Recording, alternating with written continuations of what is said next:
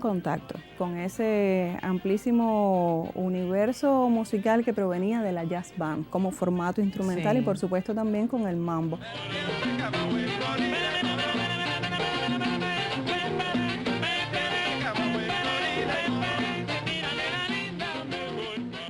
Pero sobre todo con todas esas potencialidades tímbricas que ofrecía la jazz band para interpretar todo un arsenal de géneros y de expresiones, de ritmos cubanos nacionales, ¿no? Y ese concepto de la jazz band también lo hizo a él más adelante cuando formara su banda, componerla con más de 40 músicos. Una vez que regresó a Cuba en el 50, después de haber también dejado una impronta en la cinematografía mexicana, después de haber desarrollado pues todo unas relaciones amplias con un gremio de artistas, no solamente de músicos, sino también de actores, de bailarines. Sí, yo pienso México que el cine también en México era la posibilidad no solo para Benny, que se sumó a esa posibilidad, sino era una época en la que la música se daba a conocer mucho a través del cine, sobre todo en México. Exacto. De ahí Jorge Negrete y todos los artistas que en Cuba se conocieron, mexicanos,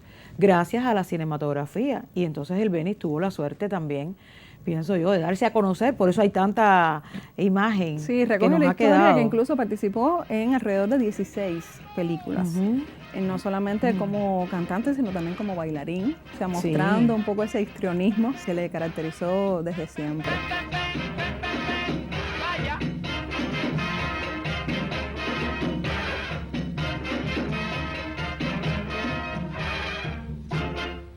Ya te digo, México fue una etapa crucial en su vida, que además contribuyó a potenciar también sus dotes como cantante, a desarrollar todavía mucho más ese registro vocal que él poseía. Además era un dotado en ese sentido, y por supuesto que le fue abriendo, digamos que enviando señales, luces sobre lo que él quería hacer ya de manera individual una vez que regresara a Cuba. Estuvo 5 años en México, desde el 45 hasta el 50, pero ya a partir de ese año pues comenzó a extrañar su público, comenzó a cuestionarse un poco qué sería de su vida si pudiera, aquí en Cuba era prácticamente un desconocido.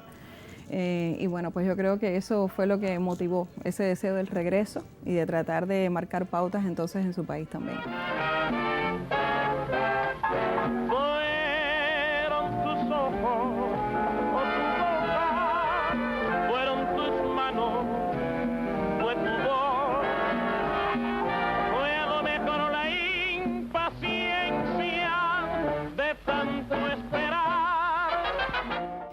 Esas cualidades interpretativas de la voz, esa manera de proyectarse en escena, el vestuario, el bastón, el sombrero, él lo utilizaba todo.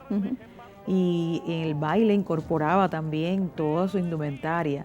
Y eso lo caracterizó muchísimo porque en su manera de vestir, esos pantalones amplios.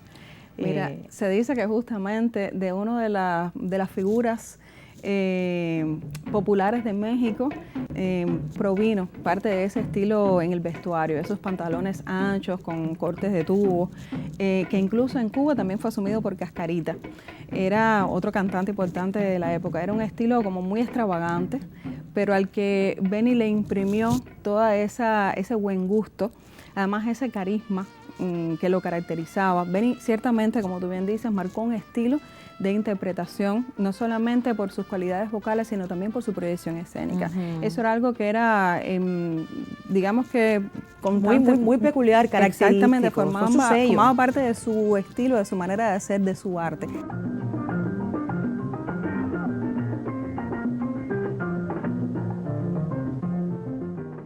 Si bien no requería de eso para realmente llegar, ¿no? O sea, para poder imponerse dentro del gremio, solamente bastaba con sus cualidades como compositor y como intérprete, pero aún así en él era sumamente importante su proyección escénica. Se caracterizaba, por ejemplo, por dirigir la orquesta y cantar al mismo tiempo, algo que marcó, o sea, no tenía precedentes en la historia musical cubana y que marcó pautas importantes para músicos que vinieron después. Los instrumentos sabían en qué momento debían entrar. Pero además con pasos coreográficos, no solamente gestos corporales, sino también pasos específicos, y como con sonidos que emitía con la voz. desarrolló exactamente esa capacidad para explotar su timbre, no solamente melódicamente hablando, como ponía en práctica al interpretar boleros o sones o montunos, sino también desde el punto de vista instrumental, desde el punto de vista simulando instrumentos, ¿no? Eso fue algo que le caracterizó también. Sí, ¿no? pero además el haber cultivado distintos géneros, el cha-cha-cha, porque además cada género tiene una manera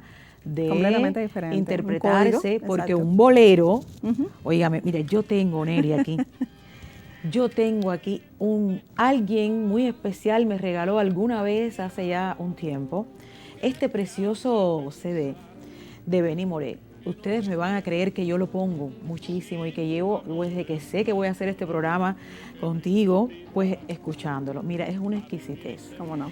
Es una exquisitez. Benny canta boleros, es de puro boleros, pero es una belleza. Tiene 2 discos, tiene este y tiene otro por dentro, en la otra cara, y tiene 2 álbumes con fotos preciosas.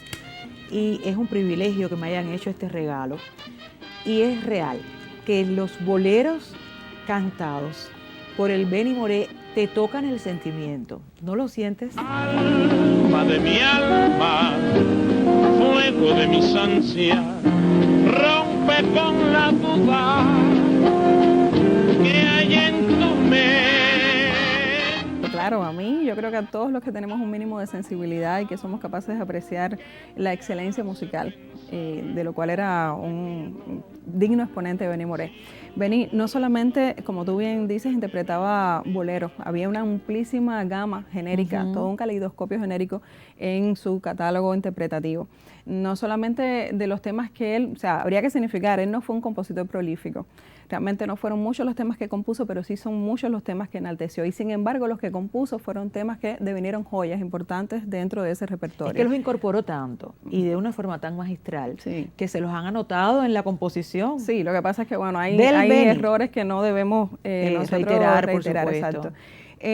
Benny fue compositor, por ejemplo, de obras como Bonito y Sabroso, como Dolor y Perdón, como Mi Saoco, como Mi Amor Fugaz, temas Dolor y emblemáticos. Perdón es precioso. Exactamente, pero hubo otros autores a los que él enalteció sin lugar a dudas, con temas como Oh Vida, que me imagino que hayas disfrutado sobremanera en ese álbum, Te Quedarás, al que hacías alusión, entre muchísimos otros. Realmente lo que pasa es que ya te decía... ¿Se sabe más o menos la cifra de números interpretados? No de temas, pero sí de las composiciones. Alrededor de 250 grabaciones están registradas, siendo él acompañado por una multiplicidad de orquestas, desde aquellas en México, con esos directores a las que ya hice referencia, y también luego aquí en Cuba con la Banda Gigante. La Banda Gigante no fue, o sea, fue ya su banda definitiva hasta el final. ¿Cómo no? Que tenía más de 40 músicos. Exactamente. ¿Qué características tenía la banda? Respondía desde el punto de vista, o sea, de su conformación a los patrones típicos de una big band. O sea, estaba conformada por toda una gran cantidad de instrumentos de viento. Por supuesto, ahí lo significativo era la capacidad que tenía él para liderar esa banda siendo un músico autodidacta. Esto hay que significarlo una y otra vez. Benny se las arregló, se las agenció. Cuando él crea la Banda Gigante, ya era un músico que era acreedor de toda una multiplicidad de competencias, tanto desde el punto de vista de la instrumentación, tanto desde el punto de vista de la estructura que él quería darle a sus temas, desde el punto de vista interpretativo. O sea, él había madurado, era un músico muy claro de lo que quería, de lo que perseguía, y se las agenciaba de mil maneras para poder para poder transmitir esas inquietudes que él quería, por supuesto, auxiliándose de sus arreglistas. Pero hay incluso anécdotas simpáticas a través de la historia que recogen lo airoso que salían confrontaciones con músicos ya establecidos en ese sentido.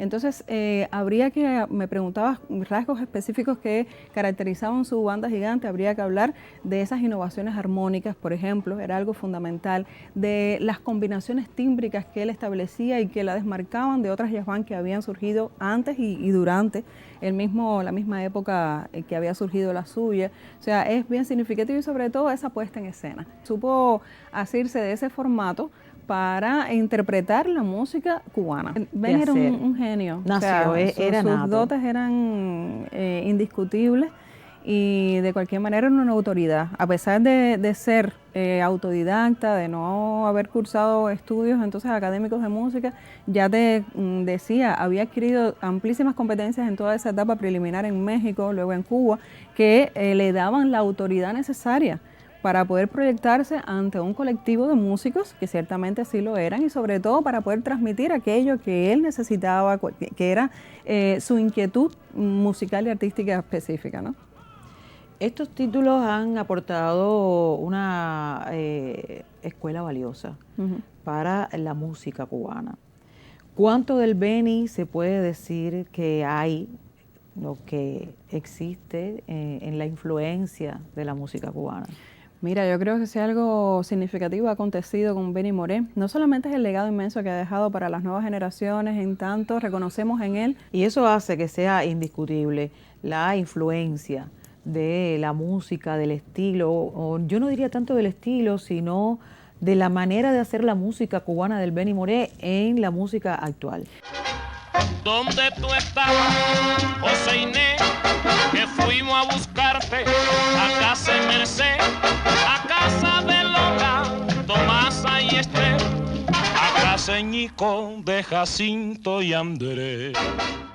Mira, en Benny es fundamental el legado que él ha dejado para la historia incluso de los sones en nuestro país. Benny está considerado uno de los patrones fundamentales, uno de esos paradigmas soneros a lo largo de la historia, precisamente por todo lo que logró, por las maneras en que se proyectó, por esas pautas que marcó, tanto desde el punto de vista interpretativo como composicional, o sea, creativo, y también de su proyección escénica.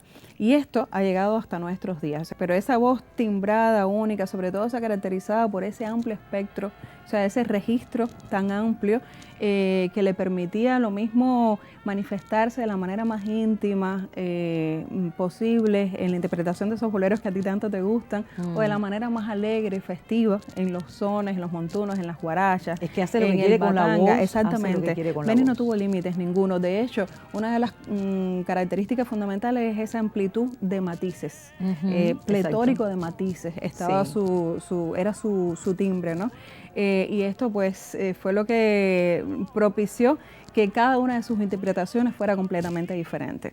Benny nunca interpretó una obra de la misma manera, y eso se debe a esas inmensas potencialidades vocales que él poseía también. No sé explicarme qué pasó, pero de ti me enamoré.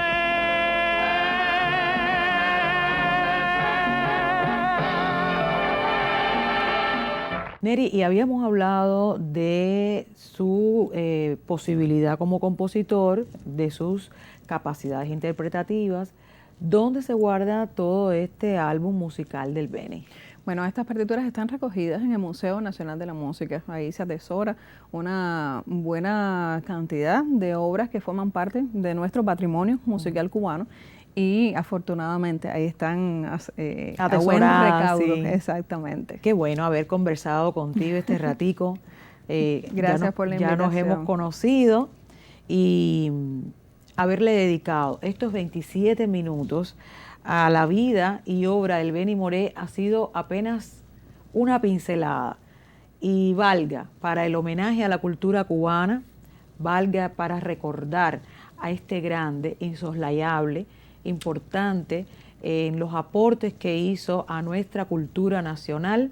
Y así nos vamos despidiendo, agradeciendo de manera especial a nuestra invitada Neris González, quien nos regaló un poco de su tiempo para que con la gloria no se olviden las memorias. Así que me despido hasta el próximo encuentro, para que con el invitado, usted y yo, hagamos juntos Más que Dos.